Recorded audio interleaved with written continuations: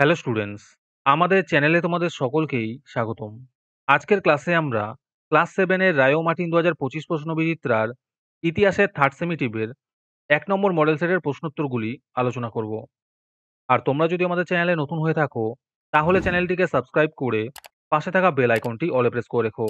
তাহলে পরে ক্লাসের ভিডিওগুলি আমি আপলোড করলেই তোমাদের কাছে নোটিফিকেশন পৌঁছে যাবে। তাহলে শুরু করা যাক। ১ নম্বরে আছে সঠিক উত্তরটি বেছে নিয়ে লেখো। ১ নম্বর প্রশ্ন হলো, গীতগোবিন্দম কাব্যের রচয়িতা ছিলেন জয়দেব। ২ নম্বর প্রশ্ন হলো, বিক্রমশীল মহাবিহার প্রতিষ্ঠা করেন ধর্মপাল। ৩ নম্বর প্রশ্ন হলো, মাওয়ালিরা ছিল অশ্বারোহী সৈন্য। ৪ নম্বর প্রশ্ন হলো, হুমায়ুন নামার রচয়িতা হলেন গুলবদন বেগম। ৫ নম্বর প্রশ্ন হলো, পানিপথের প্রথম যুদ্ধ হয় ১৫২৬ খ্রিস্টাব্দে। ৬ নম্বর প্রশ্ন হলো, বাজার দর নিয়ন্ত্রণ করেন আলাউদ্দিন খলজি। ৭ নম্বর প্রশ্ন হলো, সুফিরা গুরুকে মনে করত পীর। ৮ নম্বর প্রশ্ন হলো, কৃষ্ণদেব রায় কোন বংশের রাজা ছিলেন? এর উত্তর হবে তুলুপ বংশের। ৯ নম্বর প্রশ্ন হলো, বেকার সমস্যার সমাধানের জন্য একটি দপ্তর খোলেন। এর উত্তর হবে ফিরোজ শাহ তুগলক। ১০ নম্বর প্রশ্ন হলো, পৌরসভার প্রধানকে বলা হয় পৌরপ্রধান। তারপরে ২ নম্বরে আছে শূন্যস্থান পূরণ করো।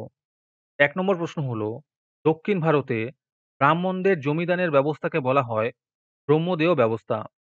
২ নম্বর প্রশ্ন হলো, শেরশাহ গ্র্যান্ড ট্রাঙ্ক রোড নির্মাণ করেন। ৩ নম্বর প্রশ্ন হলো, শিবাজির ৮ জন মন্ত্রীকে অষ্টপ্রধান বলা হতো। ৪ নম্বর প্রশ্ন হলো, তানসেন ছিলেন একজন বিখ্যাত সঙ্গীত শিল্পী। ৫ নম্বর প্রশ্ন হলো, ভারতের সংবিধান পৃথিবীর বৃহত্তম সংবিধান।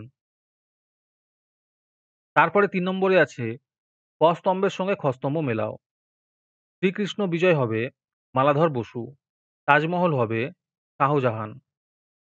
বীরবল হবে নবরত্ন সভা। আবুল ফজল হবে ঐতিহাসিক।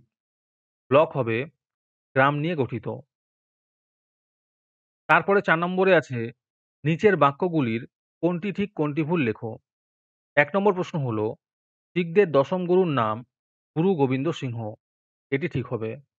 ২ নম্বর প্রশ্ন হলো, আদিনা মসজিদ তৈরি করেছিলেন সিকান্দর। এটি ঠিক হবে। ৩ নম্বর প্রশ্ন হলো, বিজয়নগরের রাজধানীর নাম হাম্পি। এটি ঠিক হবে। ৪ নম্বর প্রশ্ন হলো, পানিপথের প্রথম যুদ্ধে বাবর রুমি কৌশল ব্যবহার করেছিলেন। এটি ঠিক হবে।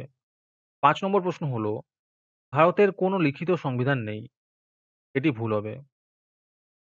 তারপরে ৫ নম্বরে আছে বেমানান শব্দটি খুঁজে বের করে লেখো। ১ এর উত্তর হবে পাঞ্জাব। ২ এর উত্তর হবে অশ্বঘোষ। ৩ এর উত্তর হবে আগ্রা।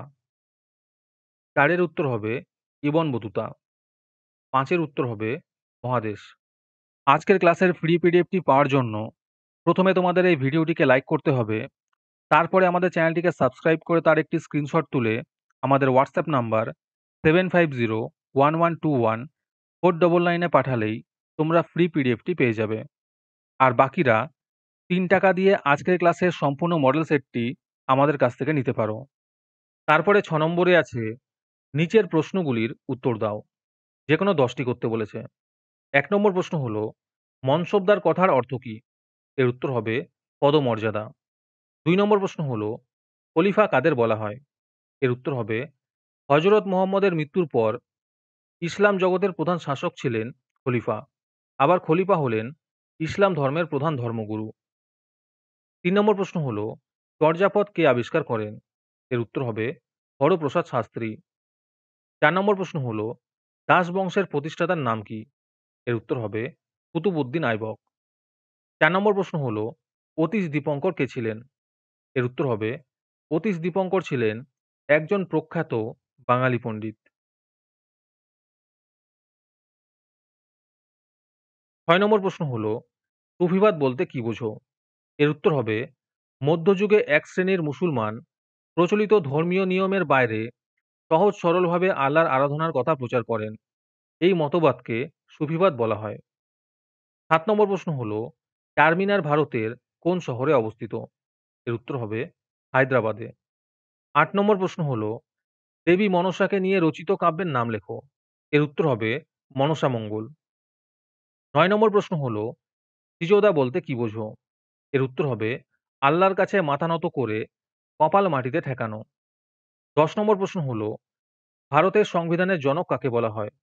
এর উত্তর হবে, ডক্টর ভীমরাও রামজি আম্বেদকরকে। ১১ নম্বর প্রশ্ন হলো, "কে তামার নোট প্রচলন করেন?" এর উত্তর হবে, মোহাম্মদ বিন তুগলক। তারপরে ৭ নম্বরে আছে, ২-৩ টি বাক্যে নিচের প্রশ্নগুলির উত্তর দাও। এই প্রশ্নের উত্তরগুলি আমি তোমাদের দেখিয়ে দিচ্ছি। তোমরা দেখে, দেখে নোট ডাউন করে নিও। ১ নম্বর প্রশ্ন হলো, জিজিয়া কর বলতে কি বোঝো?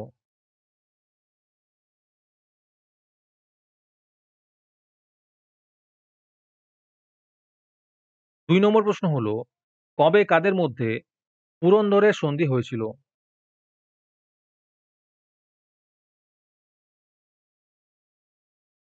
৩ নম্বর প্রশ্ন হলো, ক্ষমতা স্বতন্ত্রীকরণ নীতি বলতে কি বোঝো?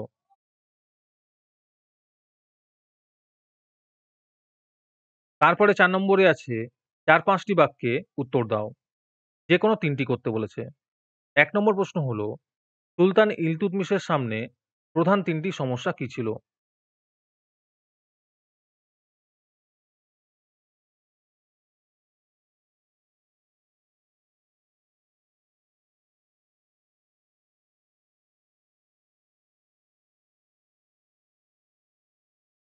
২ নম্বর প্রশ্ন হলো, তিনি ইলাহি বলতে কি বোঝো?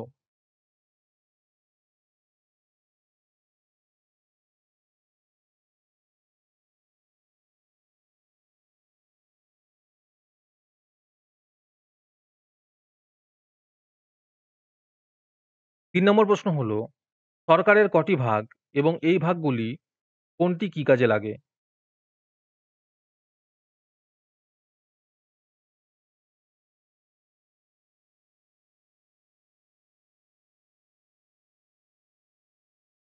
চার নম্বর প্রশ্ন হলো, ক্যালিগ্রাফি ও মিনিয়েচার বলতে কি বোঝো?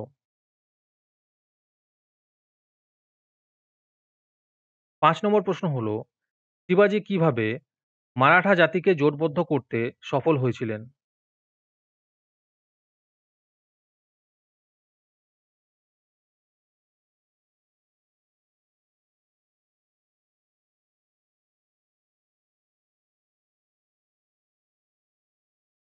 তারপরে ৯ নম্বরে আছে ৮-১০ টি বাক্যে উত্তর দাও।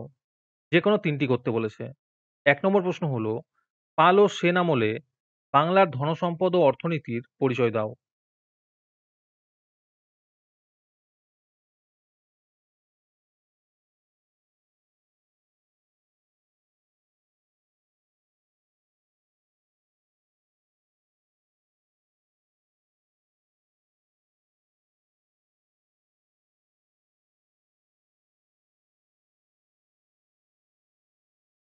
২ নম্বর প্রশ্ন হলো, বাবরের নেতৃত্বে মুঘল সাম্রাজ্যের প্রতিষ্ঠার ইতিহাস সংক্ষেপে লেখো।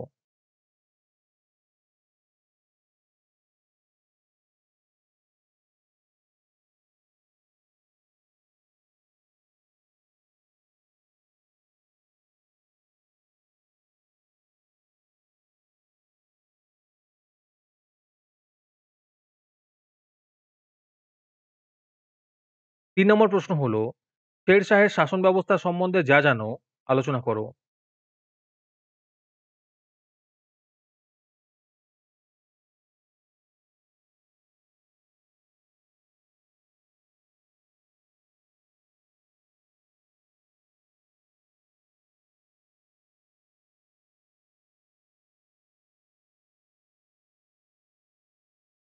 চার নম্বর প্রশ্ন হলো, ভক্তিবাদের মূল কথা কি? আর এর সাথেই প্রশ্ন আছে, ভক্তিবাদী আন্দোলনে চৈতন্যদেবের ভূমিকা লেখো।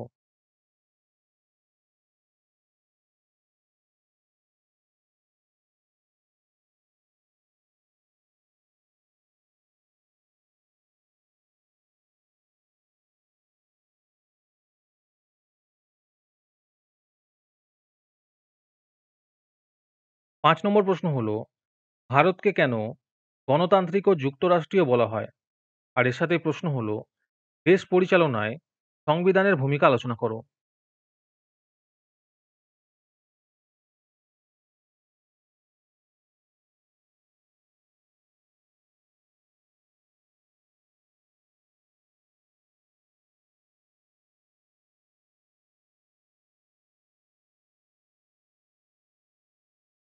আজকের ক্লাসটি তোমাদের ভালো লেগে থাকলে ভিডিওটিকে লাইক এবং চ্যানেলটিকে সাবস্ক্রাইব করে দিও। তার সাথে ভিডিওটি তোমাদের সহপাঠীদের শেয়ার করে দিও। আর তোমরা কোথা থেকে আমাদের ভিডিওটি দেখছো অবশ্যই কমেন্টে লিখে জানিও। তাহলে দেখা হচ্ছে পরের ক্লাসে।